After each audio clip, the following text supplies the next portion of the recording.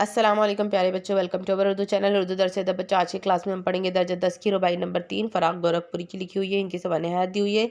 रघुपति साहिब फ़राग गोरखपुरी उत्तर प्रदेश में पैदा हुए। घर में शेर व शायरी का चर्चा आम था। उनके वालिद मुंशी गोरखपुर शाह दिब्रत भी मशहूर शायर थे। फ़िराक ने तालीम इलाहाबाद में हासिल की और उर्दू और फ़ारसी के अलावा अंग्रेज़ी में भी आला लियाकत हासिल की। बाद में इंडियन नेशनल कांग्रेस में शामिल हो गए। कुछ मुद्दत तक जवाहरलाल नेहरू के साथ काम किया, जेल भी गए। अंग्रेज़ी में एमए करने के बाद इलाहाबाद यूनिवर्सिटी में अंग्रेज़ी के उस्ताद हो गए। यहीं से 1959 में रिटायर्ड हुए। फ़िराक गोरखपुरी के कलाम के कई मजमूई शाये हुए। इनमें रूहे कायनात, रमज़ो कुनायात, गुज़लिस्तान, शबनमिस्तान और गुले नग़मा ख़ासतौर पर काबिल ज़िक्र हैं।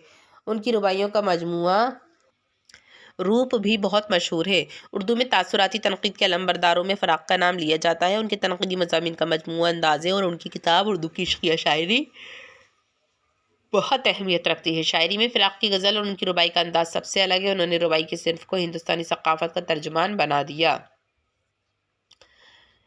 एक हल्क़े ज़ंजीर तो ज़ंजीर नहीं, एक नुक़्ता तस्वीर तो तस्वीर नहीं, तक़दीर कदमों की हुआ करती है, एक शख़्स की क़िस्मत कोई तक़दीर नहीं। फ़राक गोरखपुरी क्या कहते हैं कि ज़ंजीर की एक कड़ी यानी हल्क़ा पूरी ज़ंजीर नहीं कहलाती।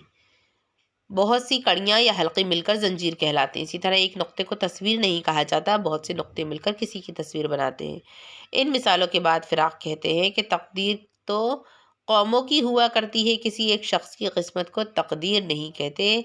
यानी अफ़राद मुत्तहिद होकर कौम बनते हैं और फिर कौम की खुशहाली या बदहाली उनकी तक़दीर कहलाती है। बहुत ही खूबसूरत रुबाई है बच्चों।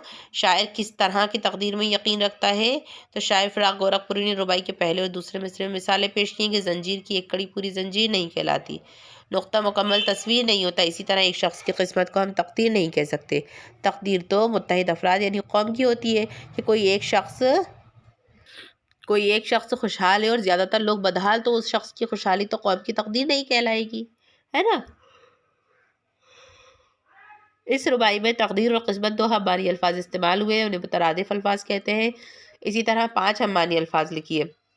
जैसे रात को शब भी कहते हैं, दश्त को सहरा, चाँद को क़मर, दिन को रोज़, नसीब को क़िस्मत। ठीक है। अब इनकी दूसरी रुबाई है फ़राक गोरखपुरी की। हर ऐब से माना कि जुदा हो जाए, क्या है अगर इंसान खुदा हो जाए। शायर का तो बस काम ये है हर दिल में कुछ दर्द हयात और सिवा हो जाए। तो फ़राक कहते हैं कि इंसान में कोई ऐब हो या ना हो, वो खुदाई के दर्जे तक पहुँच जाए, मगर ऐसा इंसान होना किस काम का। शायर तो उसे इंसान समझता है जो दूसरों के दुख दर्द को जानता है और उन्हें दूर करने की कोशिश करता है, यानी दूसरे को दुख में देखकर उसके दिल में दर्द बढ़ जाए।